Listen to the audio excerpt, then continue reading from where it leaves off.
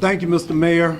And let me say to Mayor Dickens and his staff, I want to compliment them for their openness, their honesty, their dedication to working towards, I think, a compromise of a solution that will allow the construction of the Public Safety Training Center to move forward, but more importantly, particularly from the perspective of the residents who for decades have invested their money and their time and their lives in that area, we will say, and we are saying to them, that we will protect the neighborhoods, the families, the individuals, and most importantly, we will protect the South River Forest Basin, which is a unique natural resource.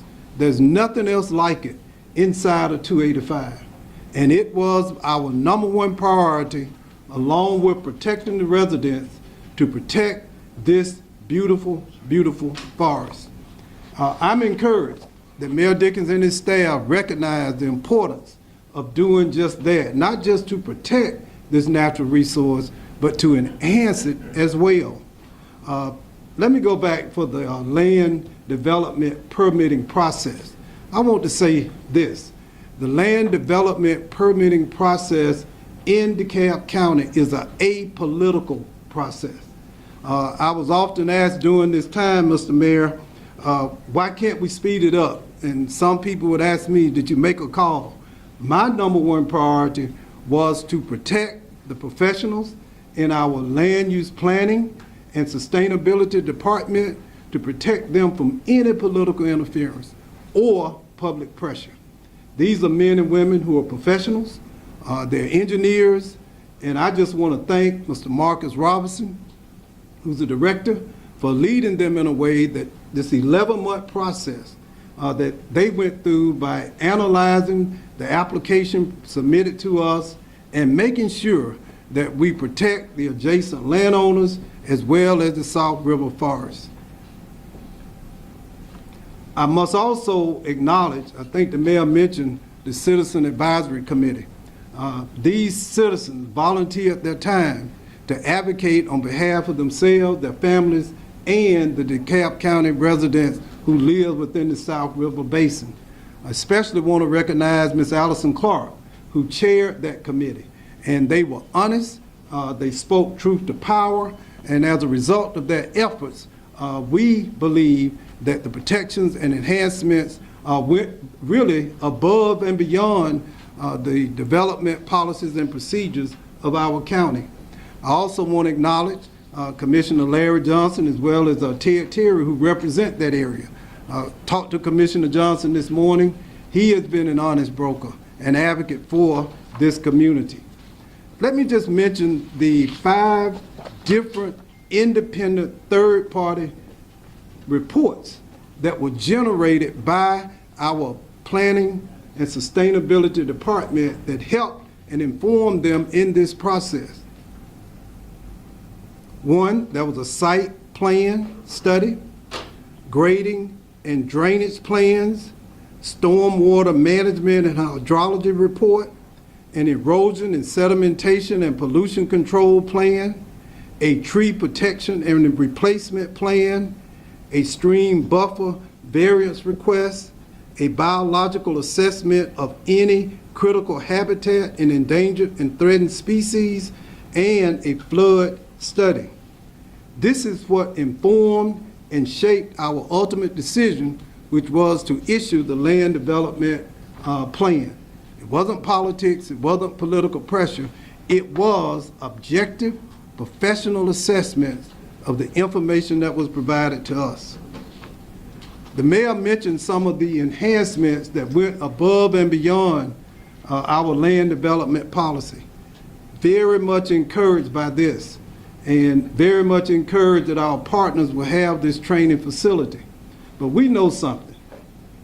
The most, I think, impactful crime deterrent is the opportunity to have and maintain honest labor. A major part of the enhancements will encourage contractors who will be working under the direction of the City of Atlanta to hire residents in the community. as well as to access local businesses. I'm encouraged that the mayor and his staff have reached out to the public school district to create a cadet training program. The most effective crime deterrent ever created is honest labor generated by honest men and women.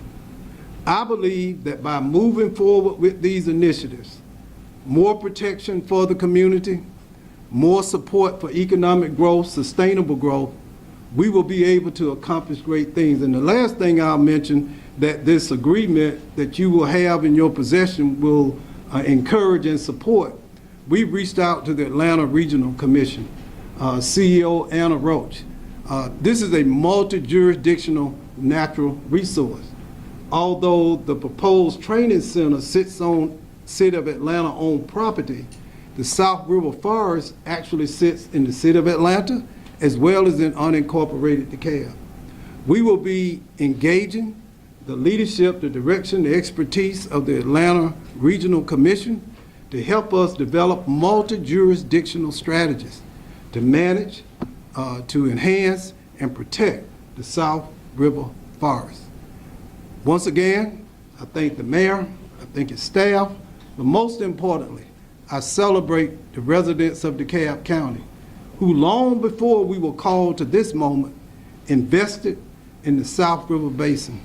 They bought the houses, they mowed the lawns, they planted the trees, they loved this community. They were my highest priority, to protect their interests, to protect their livelihoods, and to protect this beautiful, beautiful natural resource. Thank you. Thank you. Thank you, CEO Thurman. Next, you'll hear from our Atlanta Fire Rescue Department Chief, Rod Smith, who will give you an overview of some of the, the opportunities that we will have for the training center for our fire department, and then I'll bring up Chief Sherburne. Chief? Thank you, Mr. Mayor. Atlanta Fire Rescue is the largest fire department in the state of Georgia, and we employ over 1,200 members. We are in desperate need of a modern training facility for the Atlanta Fire Rescue Department. In fact, we have been operating in a fractured state for over 30 years. Many of you may not know that we have been training our members classroom only in an unoccupied elementary school for a number of years. Matter of fact, I was trained in this school. It has since become condemned. We also do not have a live facility to train our members. The members have had to be bused to DeKalb County. They've had to be bused to Douglasville in order to learn live fire training. This initiative will set Atlanta Fire Rescue apart from its counterparts because we will also gain a public safety driving course.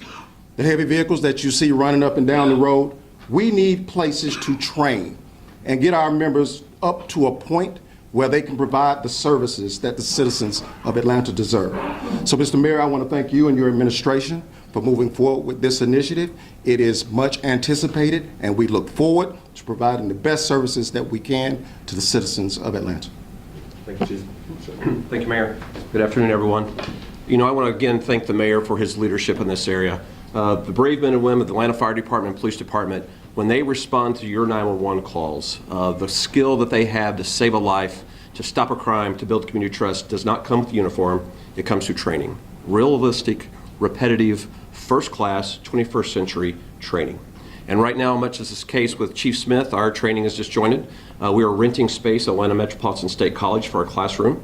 But for certain aspects of our driving training, which is required, we drive almost 1 hour south of the city of Atlanta to complete that training. We must rent or borrow space from the Fulton County Training Academy.